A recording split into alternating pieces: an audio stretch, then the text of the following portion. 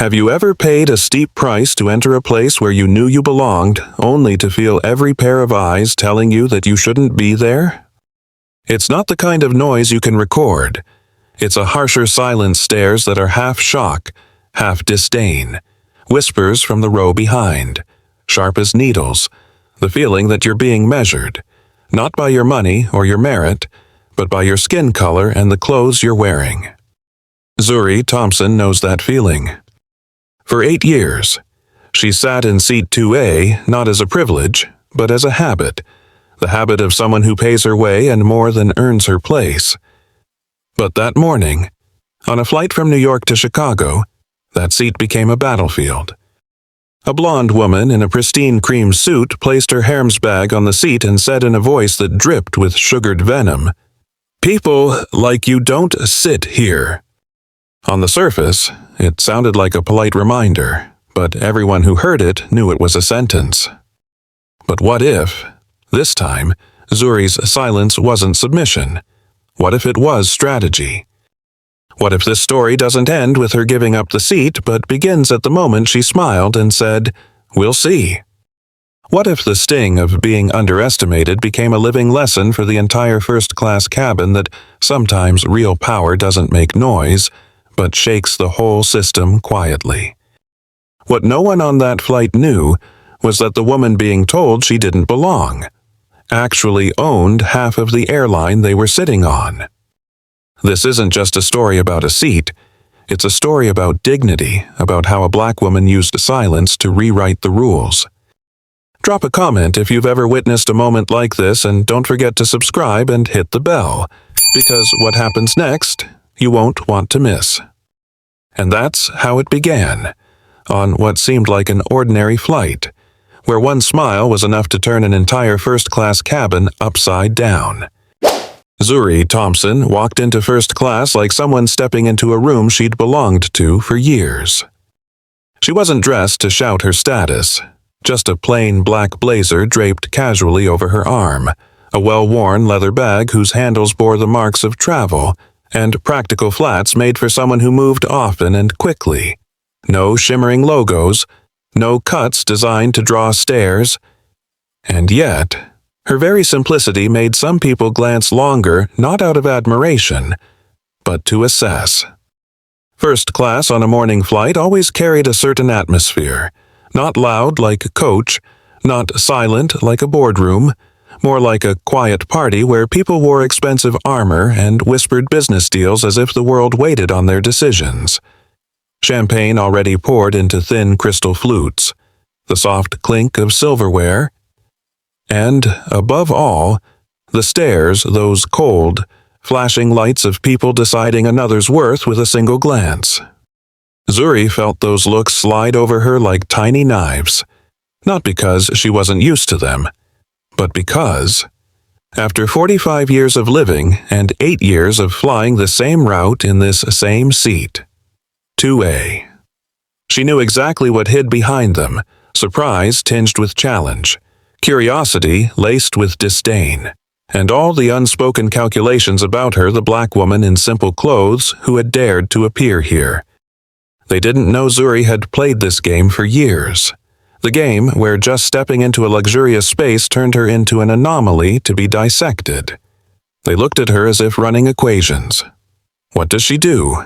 Why is she here? And most of all, does she belong? Zuri didn't answer those questions with words. She never had to. Instead, she straightened her back, took a slow breath, and let her calm settle over her like invisible armor. Those who wanted her to feel small would never get that satisfaction. She moved forward, step by step on the plush red carpet. One hand gripped her ticket. Her eyes flicked briefly at the seat numbers, as if taking her rightful place was a sacred ritual requiring precision. Then she stopped at row 2, and the journey became far more interesting. Because seat 2A, the seat she'd occupied for 8 straight years, was already taken. And what Zuri was about to hear from the woman in that seat would open a game no one in that cabin knew the rules for. Zuri paused, like her foot had hit an invisible line. Seat 2A now had a new occupant. The woman sitting there hadn't just claimed the spot. She'd planted a flag, a bright orange Hermes bag sprawled across the cushion like a declaration. Zuri's gaze moved from the bag to its owner, a blonde woman in her early 50s. Tailored cream suit, hair styled in perfect waves fresh from a high-end salon. This wasn't just a woman in a seat. This was someone performing belonging. Zuri inhaled, smiled just enough to stay polite, and said, "Excuse me, that's my seat." The woman, Elizabeth Grant, if Zuri had to guess, with that signature frequent flyer entitlement posture, looked up. Her eyes scanned Zuri from her bun to her blazer to her scuffed leather bag. Zuri could feel every second of the assessment. Finally, after letting the silence linger just long enough to sting, Elizabeth said, voice honeyed with just enough acid to burn, "I don't think so, honey. People like you don't sit here." The words dropped like a stone into still water, and immediately, the water froze. Whispers died. A newspaper folded just enough for someone to peek over the top. A man in the row behind leaned forward under the pretense of reaching for something, but really to listen. Elizabeth hadn't just taken a seat. She'd built an invisible wall, a reminder that this cabin wasn't designed for people like Zuri. A chill traced Zuri's spine, not from shock, but from recognition. She'd seen this before, in boardrooms, in restaurants, and now, here, in a place where she'd sat so many times it felt ritualistic. 8 years in seat 2A, and still, there were people who believed she didn't belong. Zuri didn't fire back, not yet. She simply looked at Elizabeth, long enough that the woman shifted in her seat. It wasn't defiance, it was observation. Zuri studied her face like she was memorizing it for a bigger story yet to be told. Interesting, Zuri thought. Then she took a breath, adjusted her bag strap, and smiled a smile so subtle it told Elizabeth nothing. "We'll see," she said softly, almost like a whisper. And as Zuri pressed the call button for the flight attendant, no one in that cabin knew the game had already begun. She didn't argue. She didn't raise her voice. Instead, Zuri's smile lingered, neither submissive nor soothing, the kind of smile that made people wonder whether they'd just won or were about to lose. "We'll see," she repeated, then turned her head as though the conversation had ended. Her finger pressed the call button. A quiet ding. In any other setting, it would sound like wind chimes. Here, it sounded like the first shot fired. Elizabeth crossed her arms, a smug smirk stretching across her carefully curated face. She was sure the flight attendant would side with her. That was how these cabins worked. Zuri remained still, silent. Instead of explaining herself, she slowly pulled out her phone. One small motion, but one with weight. Her fingers moved quickly. A short message. "Prepare for protocol." She didn't need to double-check if it sent, and she didn't need to explain to anyone in this cabin what protocol meant. The people who needed to understand already did. Zuri tucked her phone away, crossed her arms, and waited. To the casual observer, she looked like any other passenger waiting for a flight attendant to resolve an inconvenience. But anyone truly paying attention would notice this wasn't the posture of someone waiting to be defended. This was the posture of someone watching, measuring how far her opponent would walk into a trap they couldn't see. The air in first class thickened. A man in the back cleared his throat to break the silence. No one answered. Across the aisle, a young woman pretended to read a magazine while sneaking glances between Zuri and Elizabeth. They all knew they were witnessing something that might soon turn into a story worth telling online. Elizabeth glanced at her watch, then back at Zuri, wearing the look of someone convinced power still sat firmly in her lap. But Zuri, calm, smiling, that unreadable smile seemed to be silently saying, "You don't know the door you just opened." The flight attendant hadn't arrived yet. But it didn't matter. because before anyone else could intervene, Zuri had already set something in motion. And soon, everyone in that cabin would learn some games don't begin with an argument. They begin with a single, quiet message powerful enough to change the whole room. Derek arrived with the pace of someone young enough not to be jaded, but seasoned enough to wear the kind of safe, professional smile meant to handle any customer. It was the kind of smile rehearsed 1,000 times not to express genuine goodwill, but to mask the quiet evaluation happening behind his eyes. And in those first few seconds, as his gaze flicked between the two women, Derek rendered his own verdict. It was an old, familiar process of classification. The blonde woman, Elizabeth Grant, with her pristine cream suit and Hermes bag perched like a throne marker, was clearly one of the belonging. Zuri Thompson, with her simple blazer, practical flats, and worn leather bag, was placed in another box. Derek didn't need to say it. The way he leaned slightly toward Elizabeth before asking, "Is there a problem here?" "Ma'am," said it all. He had decided who was the ma'am, and who, by default, was merely the other one. Elizabeth seized the moment like a lead actress handed the microphone. "I've been flying this airline for 20 years, she began, her voice polished with the sighs and indignation of a seasoned complainer. "And I have never experienced anything like this. This is completely unacceptable. I honestly don't know what's happening with your service these days." Zuri stayed silent, letting Elizabeth monologue. Every 20 years. Every never. Every unacceptable rolled out like passwords keys unlocking the privileged treatment people like Elizabeth were certain they deserved. Derek nodded quickly, his head bobbing with the urgency of someone who feared that delayed appeasement could cause the whole system to crumble. He turned to Zuri, not to ask, but to inform. "There may have been an upgrade error," he said lightly, his tone carrying the weight of a decision already made. "We can arrange for you to move to business class. It's very comfortable there." Comfortable. The word dangled in the air like a candy-coated consolation for exclusion.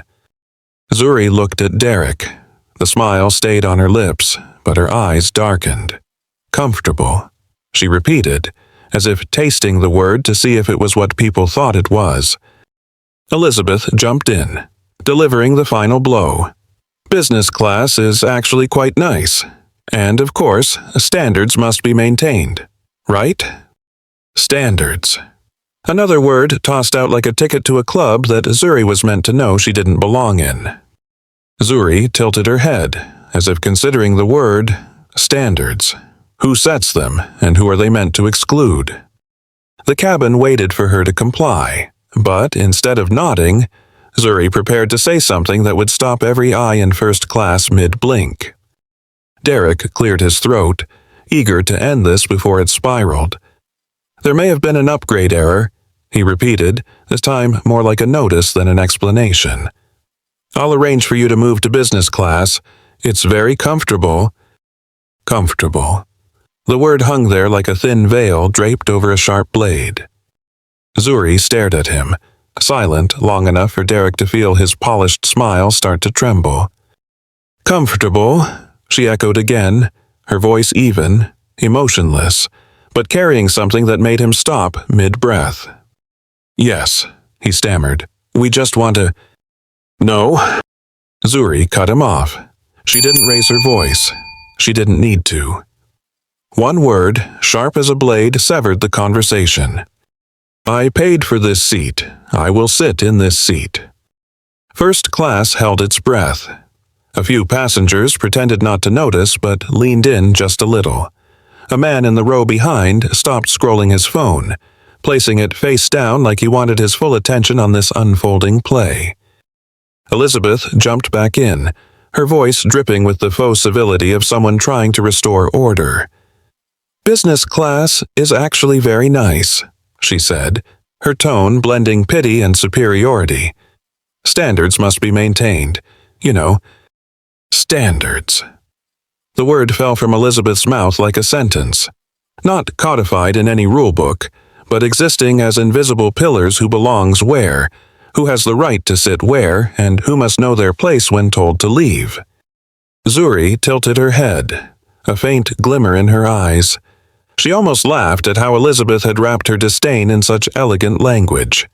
Perhaps Elizabeth thought she was giving Zuri a lesson in proper behavior, but Elizabeth had no idea that the game had just shifted to a board where she didn't even know the rules.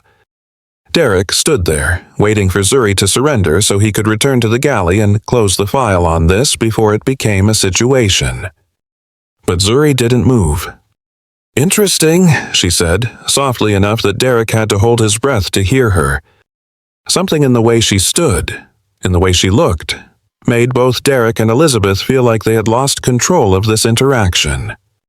And when Zuri spoke again, she dismantled the entire dynamic of the cabin in one sentence. "Then bring me your supervisor." Derek froze, his professional smile faltering for a split second. He'd expected this to end with a weary nod and a retreat to business class, but Zuri didn't move. She didn't react like any difficult passenger he'd ever dealt with. She stood there, still as a statue, but with an authority that told him cheap appeasement wasn't going to work here. Elizabeth let out a short, sharp laugh. "Oh, perfect," she said, her voice dripping with mockery. "Bring the manager. I'll explain to them why we need to maintain order in this cabin." Order? The word slid out like a code, a polite way to say that people like Zuri were the disruption. Zuri didn't react. She didn't bother to defend herself or argue. Instead, she pulled out her phone, tapped a few quick keys, an action so practiced it felt ritualistic. A short message. No wasted words. Sent.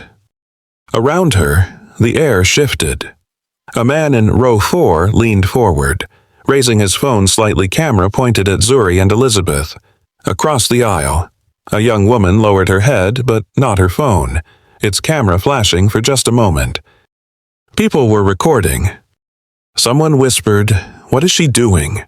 A silent shake of the head was the only answer. Zuri knew this moment wouldn't just live in the memories of those present. It would live on screens, from different angles, dissected and debated by thousands who weren't on this flight. First class had become a courtroom. Every gaze was a judge, every phone, evidence, every word, potential testimony for the world's comment section. But Zuri, she wasn't looking for allies. She wasn't rattled by the hidden lenses. She put her phone away and lifted her chin toward Derek. "I'll wait for your supervisor." And in that moment, Derek understood. This wasn't a small issue to be quickly resolved. This was a battle, and he had just been pulled onto a field where he didn't even know the rules. And when that supervisor arrived, no one in first class could have predicted how the entire game was about to change. Linda entered the cabin like someone who had seen it all, a veteran of airborne conflicts, practiced in handling chaos at 30,000 feet. Her hair was neatly tied back, her uniform perfectly pressed, and her voice low enough to sound reassuring. But Zuri didn't look at the uniform. She looked at the eyes. And those eyes, in the very first sweep over the two women, had already rendered their verdict. Elizabeth blonde, impeccably tailored cream suit, Hermes bag perched like a territorial flag was instantly filed undervalued, upscale regular. No paperwork needed. The glance alone built a silent profile wealthy, powerful, belonging. And Zuri. She was slotted into another category unknown, to be verified. A black woman in understated clothes. A worn leather bag slung over her shoulder, an image that triggered unspoken questions in Linda's mind. Does she really have this seat? Did she mix up her boarding pass? Is this an upgrade error? Linda didn't ask those questions out loud. She didn't need to. People like her never did when they were certain they'd already understood the situation. Instead, she placed herself in the seat of judgment. "Ma'am," Linda said to Zuri, her tone firm but wrapped in the soft fabric of politeness, "I'll need to see your credit card and ID for verification." Not a suggestion, a demand. Zuri stared at Linda for a long moment, as if listening not just to the words, but to the assumptions humming beneath them. This wasn't the first time she'd heard this kind of request, and each time, it carried the same subtext: prove you deserve to be here. The rest of First Class understood the scene, even if no one dared name it. They straightened in their seats, pretended to be absorbed in their books or tablets, but their ears were tuned to every word, some snuck glances fleeting, curious, hungry. It felt like the start of a performance, the authoritative manager, the passenger under interrogation, and the silent audience, waiting to see how the scene would play out. Elizabeth leaned back, her lips curling into a satisfied little smile. She didn't need to speak for everyone to read the words in her expression there. Things are being put back in order. Zuri didn't rush to answer. She looked at Linda with the calm of someone who had chaired boardroom meetings far more hostile than this one. Then she gave a small nod and the faintest of smiles, not in agreement, but like someone preparing her next move. Because Zuri knew this wasn't their show, and she wasn't here to play the supporting role. She didn't reach for her wallet as Linda expected. Instead, she tilted her head slightly, eyes sharp but serene, as if studying a tired experiment whose outcome she already knew. "Why don't you ask her to do the same?" Zuri said. Her voice low but crystal clear, loud enough for the busy readers to lift their heads. She gestured toward Elizabeth, still lounging like 2A was her rightful throne. Linda blinked. A small, involuntary blink, but one that betrayed the fracture in her composure. Then she tightened her grip on the manifest in her hand and replied with a voice that strained for professionalism. "She's a regular. We know her. Regular." The word dropped like a shield Linda assumed would deflect any challenge, but instead, it dragged the cabin into an uneasy stillness. Some passengers glanced quickly at Zuri, then away, unwilling to be caught watching as invisible lines of belonging were drawn in real time.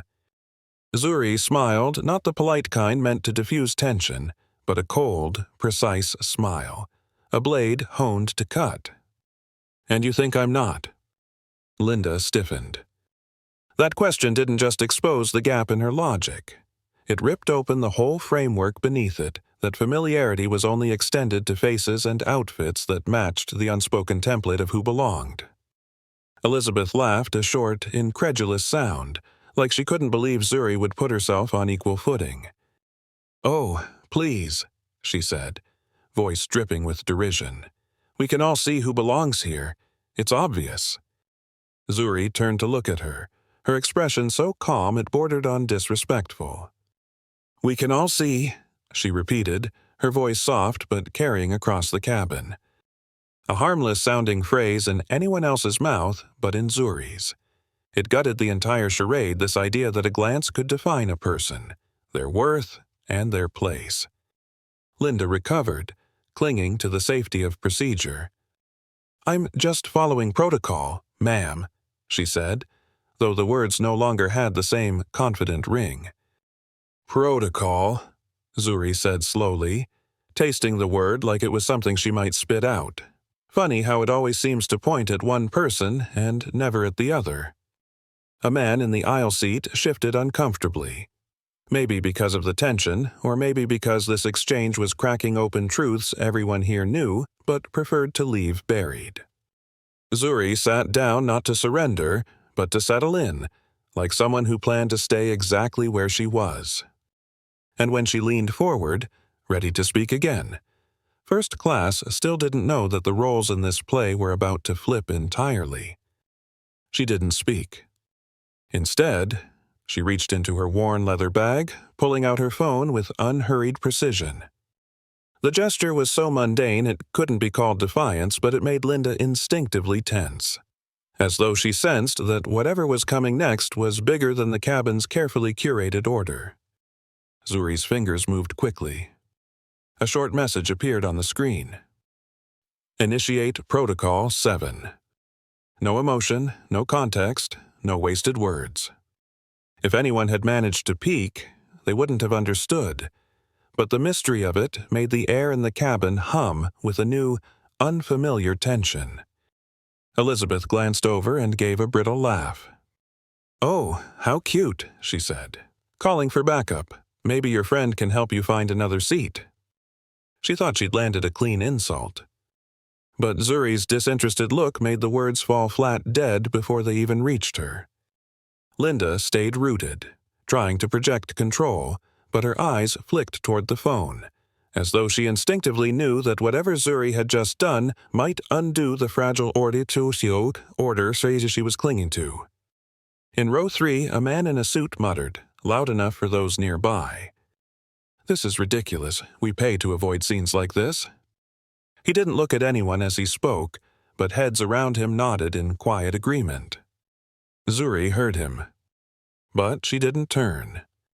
She'd heard those comments her whole life, complaints from people who believed her very presence, or that of people like her, was an inconvenience. But Zuri wasn't here to justify her existence. She set her phone down on the tray table, leaned back, and swept her gaze across the cabin like someone taking stock of a stage. Everyone was in character now. Elizabeth, the self-appointed guardian of standards. Linda, the manager who believed she held the power. And the rest, the audience, eager to watch the drama play out but impatient for it to end so their comfort could resume. Zuri closed her eyes for a brief moment, not to escape their stares, but to prepare for the next move. Because no one in first class knew yet that the message she'd just sent had turned this from a simple standoff into a game far bigger than any of them could imagine. Elizabeth cleared her throat and flicked her perfectly styled blonde hair like an actress about to step on stage. Except here, the stage was first class. The audience was a cabin full of silent passengers, and her prop was the gleaming latest model smartphone in her hand. A few quick taps. The camera was on. Her face, carefully arranged into an expression of practiced distress, filled the frame. "Hello, everyone," Elizabeth began, her voice trembling just enough to summon sympathy. "I'm on a flight right now, and I'm being treated horribly. Another passenger is deliberately causing trouble and refusing to give up my seat. I just want everyone to see what's happening." Her fingers moved swiftly, starting a live stream with the dramatic title, "Harassed in First Class." And almost instantly, the comments began to flood in. "Stay strong. Liz, don't let them bully you. Another one of those freeloaders playing the system for an upgrade. People these days think they're entitled to everything." Elizabeth's lips curled into a satisfied smile. The righteous fury of her online cheerleaders wrapped around her like armor, convincing her more than ever that she was fighting for justice. Zuri watched without a word. She stayed seated, her gaze fixed on Elizabeth's little performance like she was watching a well-rehearsed play with a fresh cast. On the outside, Elizabeth was inhabiting the role of victimized passenger. But Zuri knew better. This was how power operated: turn your challenger into the aggressor and yourself into the helpless victim valiantly resisting chaos. Linda stood beside Elizabeth, giving small, approving nods, subtle endorsements that made it clear the live stream reflected the version of the truth she was prepared to believe. A young passenger in the row ahead turned his head slightly, glancing from Zuri to Elizabeth's screen, as if trying to decipher which one of them was real and which one was playing a part. But Zuri didn't take the bait. She knew that every word she spoke now would only become fodder for Elizabeth's performance. So she stayed silent. Not out of weakness, but out of strategy.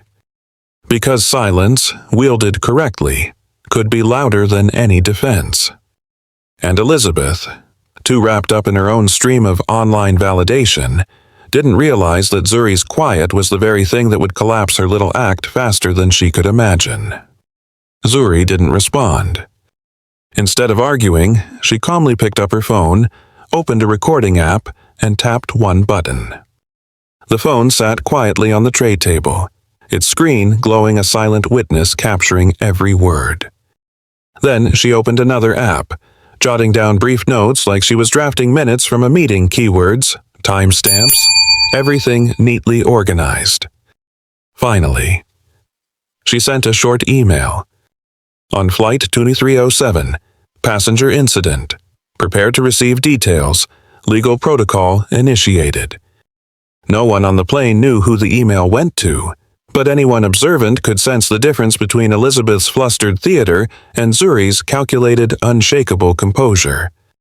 Elizabeth kept talking into the camera, her tone dripping with victimhood. This is the worst experience I've ever had. I paid for peace and courtesy, and instead, I'm being harassed by someone who doesn't know their place. She glanced at Zuri mid-sentence, tossing the words like sugar-coated knives. Suddenly, a voice cut through from a few rows up. "Excuse me," a middle-aged Asian-American man said. He wasn't loud, but his voice carried enough weight to break the suffocating silence. "We can all see what's happening here." Every head turned toward him, and the woman sitting beside him likely his wife, who nodded firmly. "That's right," she added. "We've been sitting here the whole time. We know exactly who's doing what." Elizabeth froze. Her narrowed eyes betrayed the crack in her carefully constructed image. "Oh, of course," she said sharply, her tone curdling. "People like you always stick together." A wave of discomfort swept through the cabin.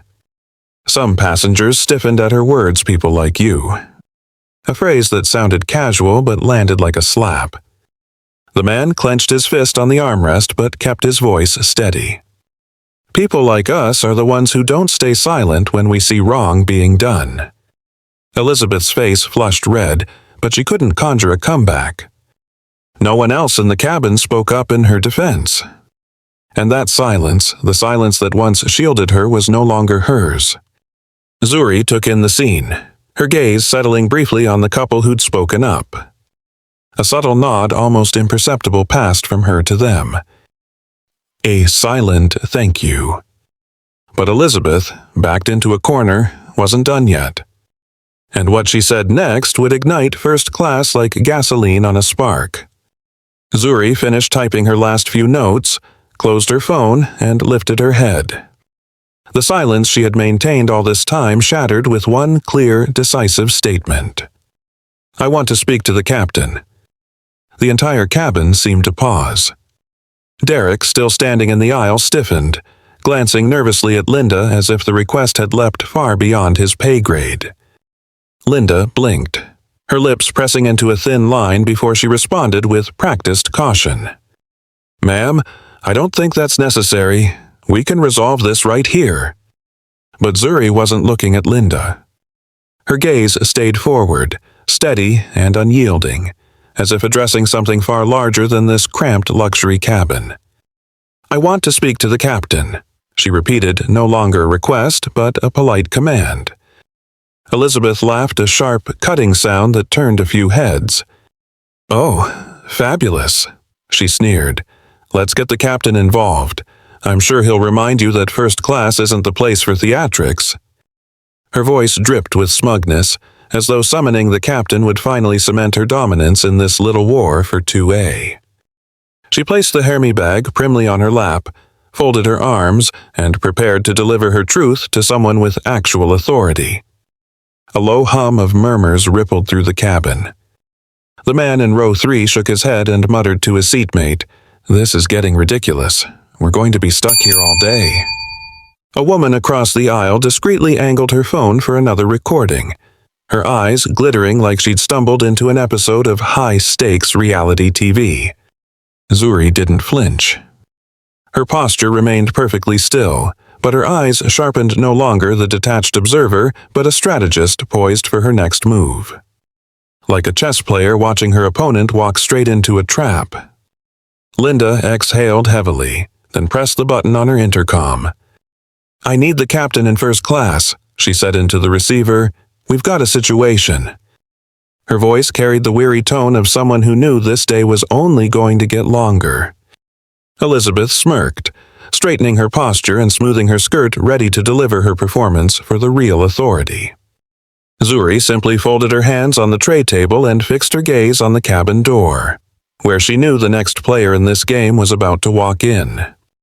And no one in first class had any idea that when that door opened, the balance of power in this cabin would shift in a way none of them could predict. The plane sat on the tarmac like a restrained beast, engines humming restlessly but showing no sign of taking off. Passengers began to murmur, irritation spreading like smoke leaking into a sealed cabin. Whispers layered over whispers. A few people sighed heavily, and some stole glances at their watches as if their time mattered more than the flight itself. Elizabeth reclined in her seat, lips curved in a satisfied smile. She was certain this was her moment of triumph. The captain would arrive, side with her as every responsible authority figure in her life had done before, and restore order to first class. In Elizabeth's mind, the script was simple. A man in a crisp uniform would politely ask Zuri to move to business class and hand her seat back to its rightful occupant. Finally, someone's going to fix this, she muttered, loud enough for those nearby to hear. Her voice was thick with self-assurance, like someone about to step up to claim a well-deserved victory. Zuri remained still, hands resting lightly on the tray table, gaze fixed out the window. There was no sign of waiting to be rescued. No flicker of worry or defeat. Instead, her calmness carried a weight that made others uncomfortable, as if she already knew exactly what was about to happen and was simply letting time catch up. A young man across the aisle whispered to a seatmate, "If this hits the internet, it's gonna blow up." His friend just nodded, eyes locked on the phone, discreetly recording the whole thing. Flight attendant Derek paced the aisle, avoiding eye contact with everyone. Linda stood near the cabin door, clutching her radio like a shield, trying to project authority but failing to hide her unease. Elizabeth, feeling the need to reinforce her position, picked up her phone and resumed her live stream. "See? Everyone. This is what we're dealing with," she said, her voice laced with self-righteousness. "We're being delayed because someone refuses to cooperate. The captain will be here soon to set things straight. This is why we need standards. I just want peace for everyone on this flight." The comments flooded in. "That's right, Liz. Don't back down. Another one of those people playing victim to get upgrades. Can't wait to see what the captain does." Zuri glanced at Elizabeth briefly. She said nothing, but the look, a long, unblinking gaze, was enough to unsettle Elizabeth, though she couldn't explain why. Then the cabin door swung open. Not the captain. Another attendant, delivering a message. "The captain requests a few more minutes. There will be an announcement shortly." Elizabeth perked up, eyes alight. "See," she whispered to no one in particular, "order is coming back." But no one in the cabin, not even Elizabeth, knew that this announcement from the captain would be unlike anything they had ever heard before. The intercom crackled to life, a faint hiss filling the cabin like the prelude to a piece of music no one could predict. But instead of the familiar, steady voice of the captain, another voice spoke, older, calmer, and carrying a weight that instantly silenced the cabin. "Good afternoon. Passengers of Flight 2307, the voice said, without introduction yet commanding absolute attention. "My name is David Morrison, Chief Executive Officer of Sky Alliance Airlines. I need to address our passenger, Mrs. Zuri Thompson." The name landed in the cabin like a steel weight. All murmurs, all impatient sighs evaporated.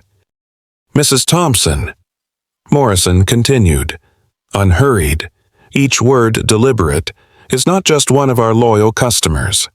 She is the chairwoman of Thompson Global, the corporation that holds a 51% controlling stake in Sky Alliance." The final sentence sliced through the dense air like a blade. Elizabeth froze. Her phone lowered slowly, the live stream still running but now capturing nothing but the dim floor. Her lips parted, moving slightly, but no sound emerged.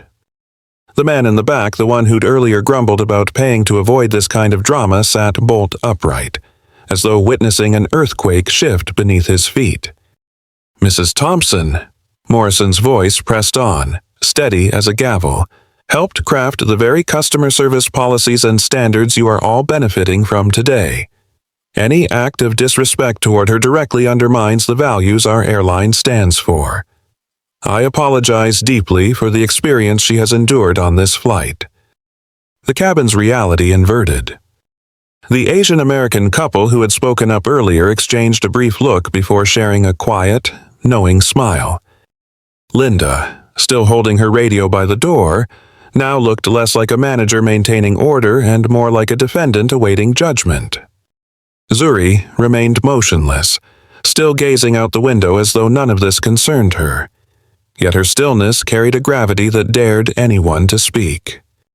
Elizabeth swallowed hard, eyes fixed on nothing, her face flushed as if she'd been slapped in front of the entire cabin.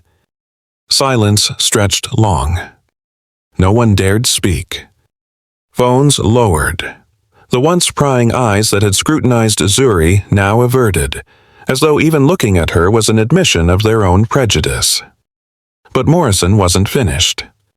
"And I want to make one more thing absolutely clear."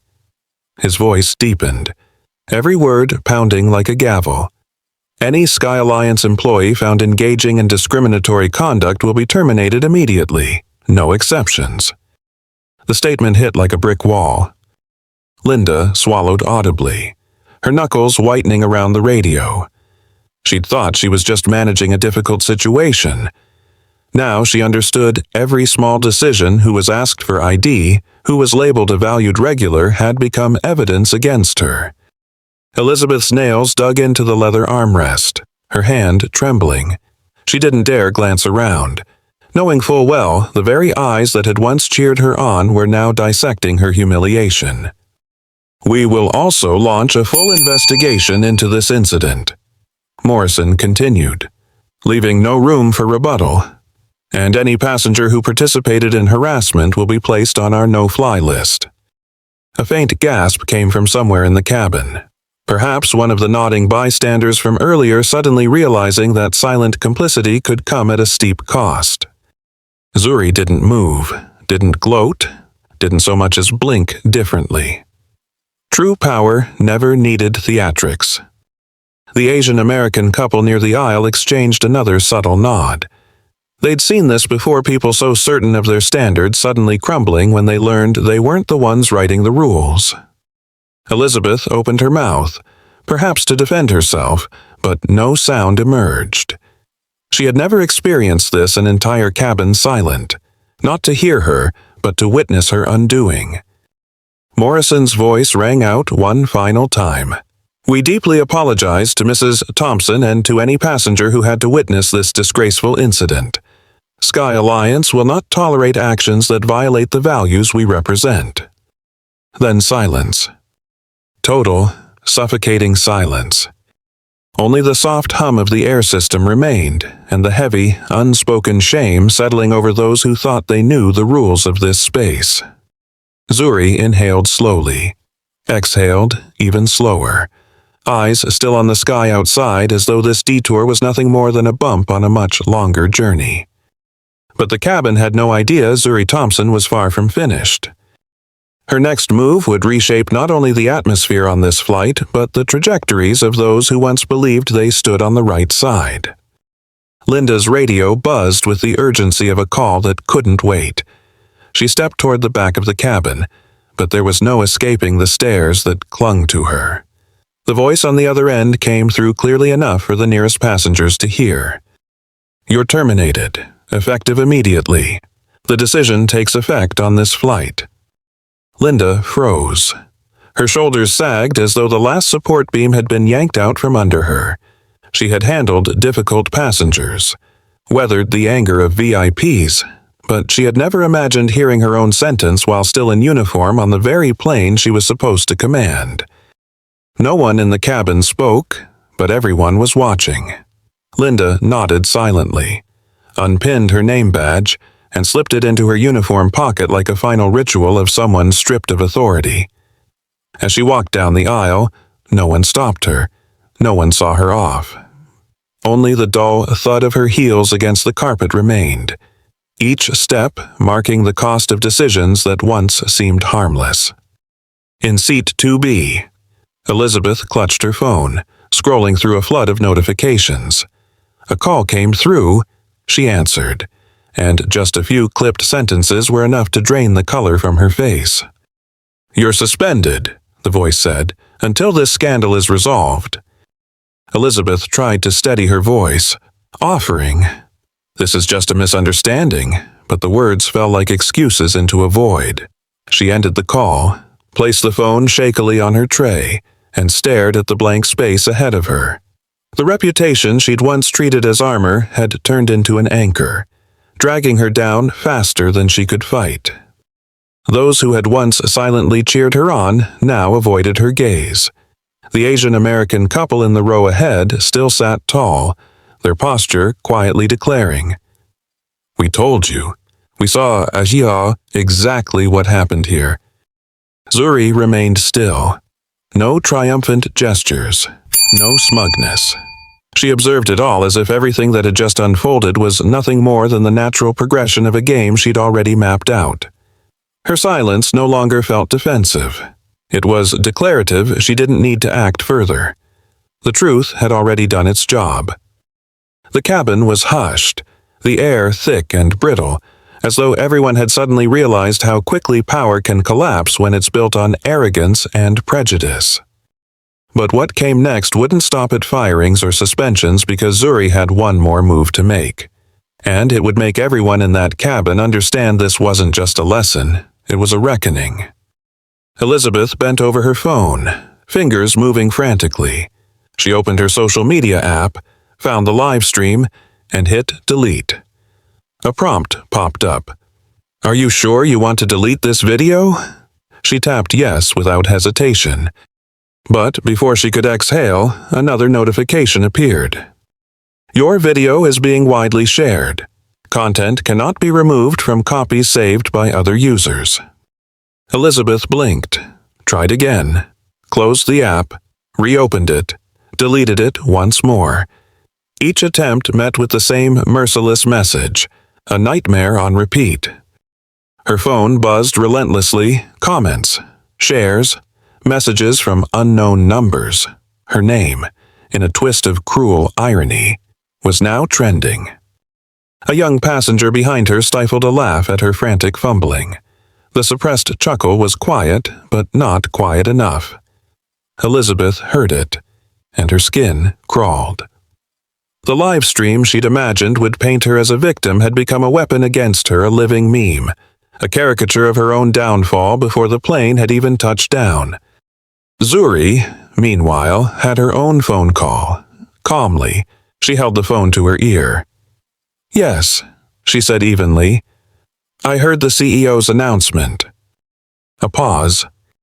"No, don't let PR handle it," she continued, her gaze fixed on the clouds outside the window as if she were discussing the weather. "Not a brewing media storm. I'll write the press release myself. I want to choose every word." Linda, slumped in a nearby jump seat, heard that sentence and felt her heart sink. She knew then that this incident had grown beyond a first-class cabin. It had become a corporate earthquake, and Zuri, the woman she'd treated as if she didn't belong, was now holding all the cards. Elizabeth glanced at Zuri, lips trembling as if to speak, but nothing came. Each buzz of her phone was another reminder her image was being shredded and dissected for the world to see. Zuri placed her phone neatly on the tray, exhaled softly, like someone finishing a necessary but routine task. In the cabin, the imbalance of power had crystallized so clearly it needed no words. One woman was desperately erasing the remnants of her crumbling image, while the other was writing a new narrative not just for herself, but for the airline. But no one could have predicted that this new narrative Zuri was crafting would become a case study the entire aviation industry would remember for years. Zuri folded her hands on the tray. the calm precision of her movements making nearby passengers watch her with quiet awe. After letting the silence sit like ice over the room, she leaned slightly toward the aisle and spoke, her voice clear yet steady. "If anyone wants to have a real conversation, come here, no filming, let's talk." Her words hit the cabin like a stone shattering still water. A few heads turned.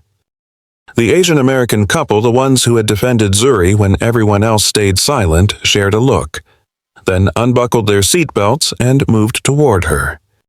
A middle-aged man, who'd been quietly observing, stood slowly. He walked forward and stopped at a respectful distance. "I want to hear what you have to say," he said firmly. Elizabeth watched in disbelief. The woman she'd dismissed as a troublemaker was now the gravitational center of the cabin. She clutched her phone like a weapon she no longer knew how to use. Linda, fired but still rooted to her seat, couldn't look away. She understood perfectly this was no longer about a seat. Zuri had transformed a personal slight into a public forum, a mirror forcing them all to confront what they had just witnessed. Zuri scanned the small crowd gathering, her gaze warm enough to invite but sharp enough to command. "This isn't a place for accusations," she said, her voice measured, "but it can be a place to look honestly at what happened and why it happened." A young woman in the back raised her hand nervously. "Are you really the airline's majority shareholder?" Zuri didn't flinch. "Yes," she said simply, pausing just long enough for the weight of her words to settle over them. "But what matters isn't who I am. What matters is how quickly some people believe they have the right to decide someone else's worth based only on how they look." The statement landed like a verdict. A few passengers lowered their phones, some looked at their laps. But Zuri wasn't finished. This was only the beginning. Because what she was about to share in this real conversation would make everyone in that cabin realize that this flight wasn't just carrying them from one city to another, it was carrying a lesson none of them could ignore. Zuri sat upright, her fingers interlaced on the tray table, her eyes meeting each of the people who had gathered near. First Class, designed to create small, private kingdoms, had transformed into a circle of listeners. Not just listeners, Zuri thought, but learners. The Asian American couple came first. They moved with the steady grace of people accustomed to standing on the side of what's right, even when it leaves them outnumbered. The husband offered a slight nod. His wife gave a small smile, a gesture that was equal parts greeting and recognition. Behind them stood the middle-aged man who had earlier echoed Elizabeth's sentiment. "We pay to avoid scenes like this." Now, his eyes carried a different weight, not judgment, but the beginnings of self-interrogation. He said nothing, just stood with his hands in his pockets, waiting for Zuri to give him silent permission to join the conversation. A few passengers from business class had stepped forward too.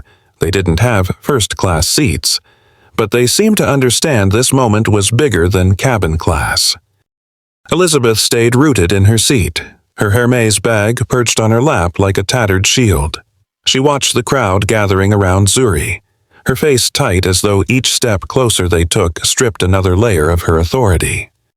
Zuri didn't push her chair back to create space, nor did she act surprised by their presence. She simply nodded, inviting them closer. This wasn't an interrogation. This was a dialogue, and she owned the stage.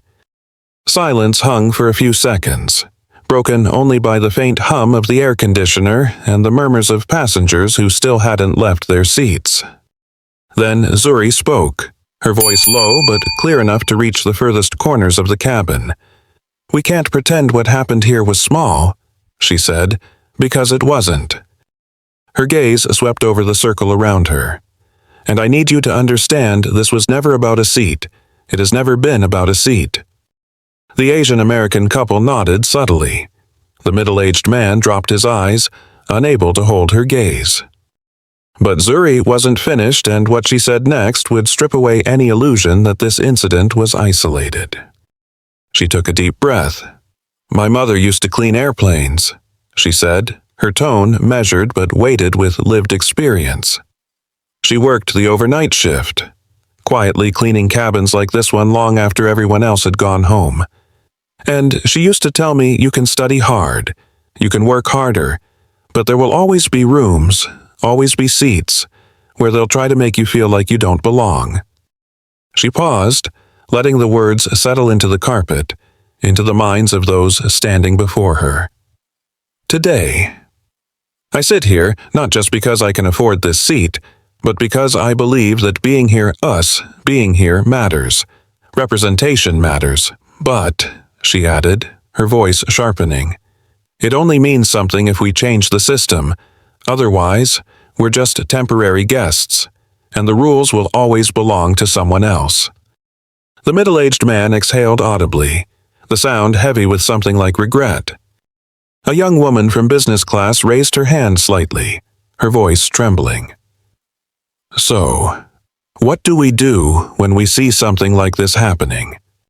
Zuri turned to her, her gaze neither harsh nor indulgent, but encouraging. You speak up, especially when it's uncomfortable. Because silence, she said, tapping the table lightly with each word, is the fuel that keeps prejudice alive. The husband from the couple who had spoken out earlier added, we saw what was happening, and we chose not to stay silent. Zuri nodded, a soft smile flickering across her face, a silent thank you. That's what makes the difference. Not grand speeches, not complicated policies, but when any person decides to say, enough. The air in the cabin seemed to shift. Those who had been mere spectators were now participants in something bigger. Some bowed their heads, shame rising for their earlier silence. Zuri knew that shame was the first step toward understanding.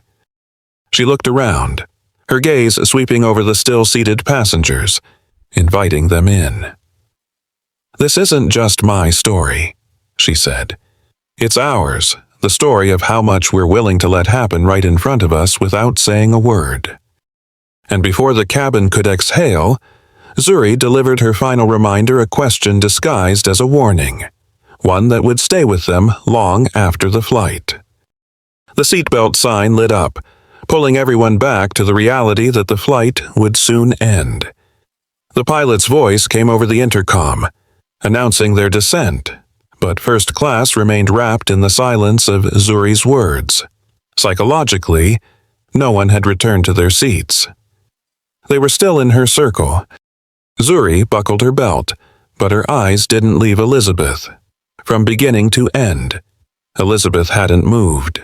She clung to her defensive posture like a crumbling fortress clinging to its last gate.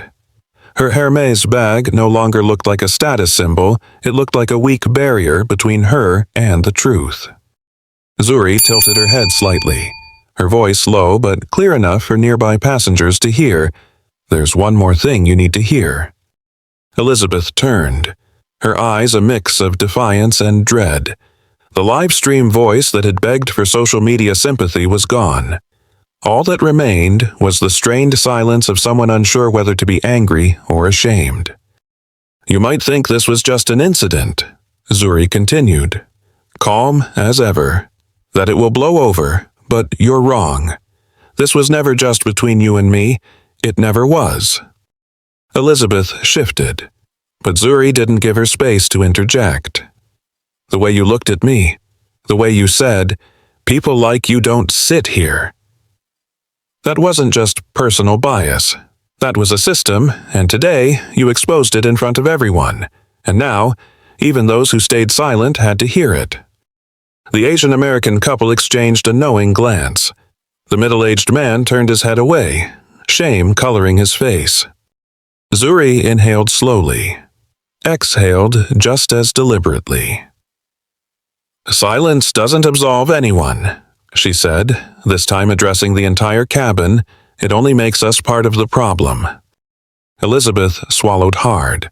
Her sharp retorts were gone. Her rehearsed defenses had crumbled. All that remained was the rawness of someone who had realized she no longer stood at the center of power.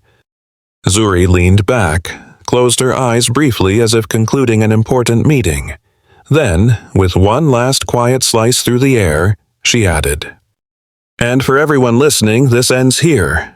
No one walks away from this thinking they can act as they always have without consequence." The plane jolted as it touched down, but everyone in first class knew the landing was only the beginning of the aftershocks to come. The sound of the wheels scraping the runway pulled everyone back into reality. Yet the landing didn't free them from the weight of what had just unfolded. No one rushed to unbuckle their seatbelts. They sat still, lost in thoughts they never imagined a simple flight could provoke. Elizabeth stayed silent in seat 2B, her bony fingers knotting and unknotting in her lap. The Hermes bag on her knees no longer looked like a symbol of power, just a thin shield to cling to. Finally, she turned to Zuri, her voice so small it was nearly a whisper. I didn't know who you were." Zuri met her eyes. Her gaze carried no rage, no contempt, only a cold, steady clarity that made Elizabeth unable to look away. "If I weren't a CEO," Zuri asked, each word deliberate, "would you still think what you did was wrong?" Elizabeth froze. Her lips parted, then closed again, searching for an answer she knew didn't exist. "Do you think it's wrong?" Zuri continued.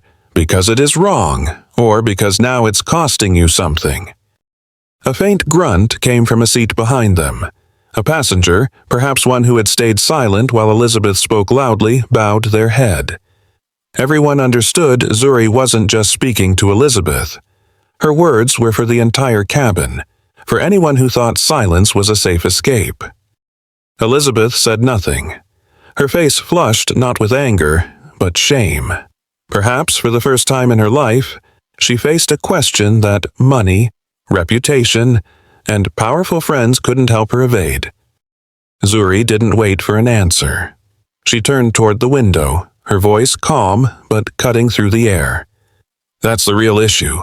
When we only see our mistakes as wrong because they cost us something, not because they hurt someone else, every lesson stays shallow." The air in the cabin grew heavy. Those who had once live-streamed the confrontation now quietly lowered their phones, as if that could erase their complicity. The Asian-American couple exchanged a knowing glance, silently agreeing this was the conclusion they'd hoped for when they stood up for Zuri. But Zuri wasn't finished, and her next words would be for everyone still deciding whether they would continue to stay silent or start choosing better. She opened her phone, typing slowly, weighing each word. The pale glow of the screen lit her face not with triumph, but with the quiet resolve of someone who knew exactly what needed to be said. She typed a single sentence, each word sharp as an arrow. "The seat you tried to take today might belong to your future boss, but more importantly, it belongs to a human being." She hit post, no hashtags, no loud calls to action, no emojis, it didn't need them. The cabin stayed silent. The man who had once muttered "we pay to avoid this kind of scene" stared at the floor, his fingers drumming nervously on the armrest. The young woman from business class who had asked Zuri, "What should we do?" stared at her shoes, perhaps thinking of times she, too, had stayed quiet for the sake of comfort.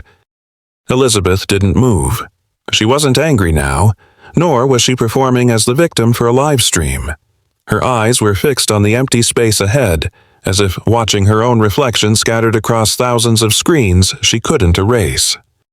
The Asian-American couple nodded subtly to each other. They knew Zuri's words weren't just for Elizabeth, but for everyone who had stayed silent while the situation escalated. Her post reframed the whole event. The seat wasn't just an object. It was a test of how we value a person's worth. Zuri set her phone down, leaning back but not relaxing. She wanted the message to not just be heard, but felt. This silence wasn't passive. It was the kind that forces people to face themselves. An older man in the back broke it, his voice low but steady. That was the right thing to say. He said nothing more, but a few passengers nodded in quiet agreement. Zuri didn't turn around. She didn't need praise. What she needed had already happened. First class, built to divide people by wealth and privilege, had become a hall of mirrors, forcing everyone to look at who they really were. But Zuri had one final thing to say, one message that wouldn't just close this chapter, but leave everyone with a question they'd carry far beyond this flight. When the plane finally stopped at the gate, passengers stood, but without their usual urgency. They gathered their belongings in an odd, reverent stillness, as though first class had turned into a temporary classroom and they were leaving with a hard-earned lesson. Elizabeth stayed seated, clutching her Hermes bag like the last scrap of her dignity. But even she knew what awaited beyond that cabin door wasn't admiration. It was the scrutinizing gaze of a world that had seen her live stream and couldn't unsee it. A week later, when headlines announced her suspension and eventual dismissal, no one from that flight was surprised. The woman who once believed she belonged everywhere had become a public example of how one careless moment could erase an entire career. Linda, on the other hand, disappeared from aviation not to hide, but to rebuild. A year later, her name surfaced as part of a corporate program on unconscious bias training. When asked why she took the job, she answered simply, "Because I used to be the problem." Not everyone believed in her redemption, but no one could deny the weight of someone willing to turn her own failure into a lesson. The Asian American couple unexpectedly became advocates for active allyship.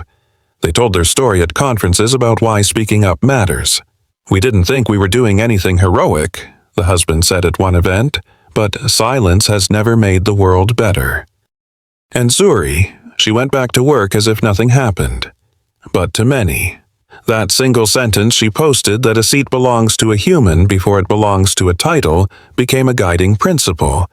Not because it was loud, but because it forced people to question how they valued others. This story didn't end with a dramatic takedown or revenge. It ended with a quieter truth. Real power isn't in retaliation. It's in transforming pain into change for yourself, for the system, and for those who still don't have a voice. And perhaps everyone who walked off that plane would carry one lasting thought: you never know what lesson the seat you try to keep or take will teach you, until it forces you to change. If this story touched your heart, make sure to like, share, and subscribe. Every click helps us bring more powerful stories of empathy, justice, and silent strength to life. Your support is what fuels this journey. Let's keep standing together and rising higher, one story at a time. Stay safe and inspired.